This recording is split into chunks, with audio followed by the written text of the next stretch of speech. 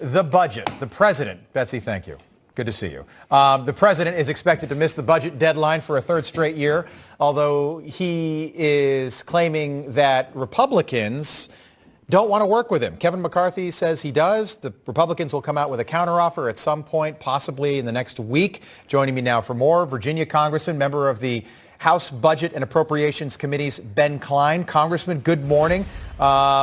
Just want to get your top line thoughts on the president's proposal, this $6.8 trillion proposal we heard about yesterday. Well, it's being about as well received in the House of Representatives as Pete Buttigieg was in East Palestine, Ohio. Not very well.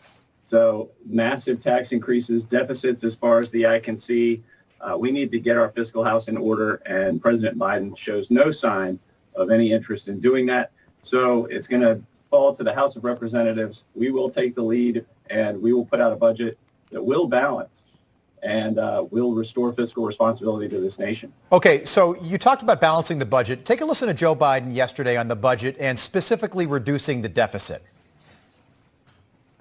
Folks, it's not just going to save people's lives and save people money so they don't have to go bankrupt to try to stay alive. It's going to save the government. It's going to reduce the deficit this year, $160 billion. These guys keep saying, how are you going to cut the deficit? Well, guess what? If your tax dollars don't have to go up paying all that exorbitant price for Medicare to drug companies, and it's rational, it's going to save $160 billion in tax dollars. All right, so Congressman, you and several of your colleagues in the House sent a letter to the president asking him why he can't seem to propose a budget on time, particularly dealing with a friendly Congress over the last 2 years. You know, Democrats controlled the House. I understand maybe now with Republicans in control, it might take some more time. Did you ever get an answer? No, we never got an answer, but we haven't seen a budget committee hearing on the president's budget in the 2 years that Biden has been in office. And so we think it's about time to have a budget hearing. So the budget committee is going to be having hearings on the president's budget.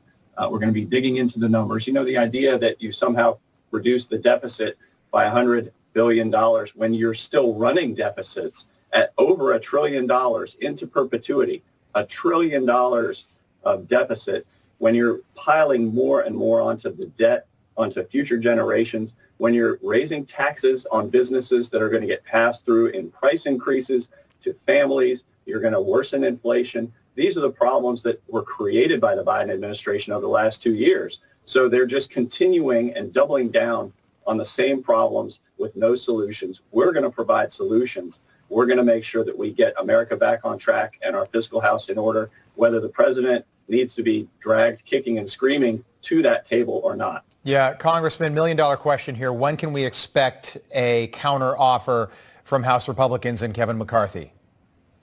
Well, I'm chair of the Republican Study Committee's Budget Task Force. We put out a balanced budget every year in the spring.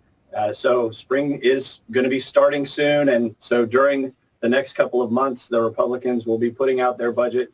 You're going to know exactly how we stand against this president, against more deficit spending, more taxes, and more harm for the American people. We stand against it. We're going to stand for the American people, make sure that we bring prices down, make sure that we balance the budget, and stand with them. All right, Congressman Ben Cline, thank you. Good to see you.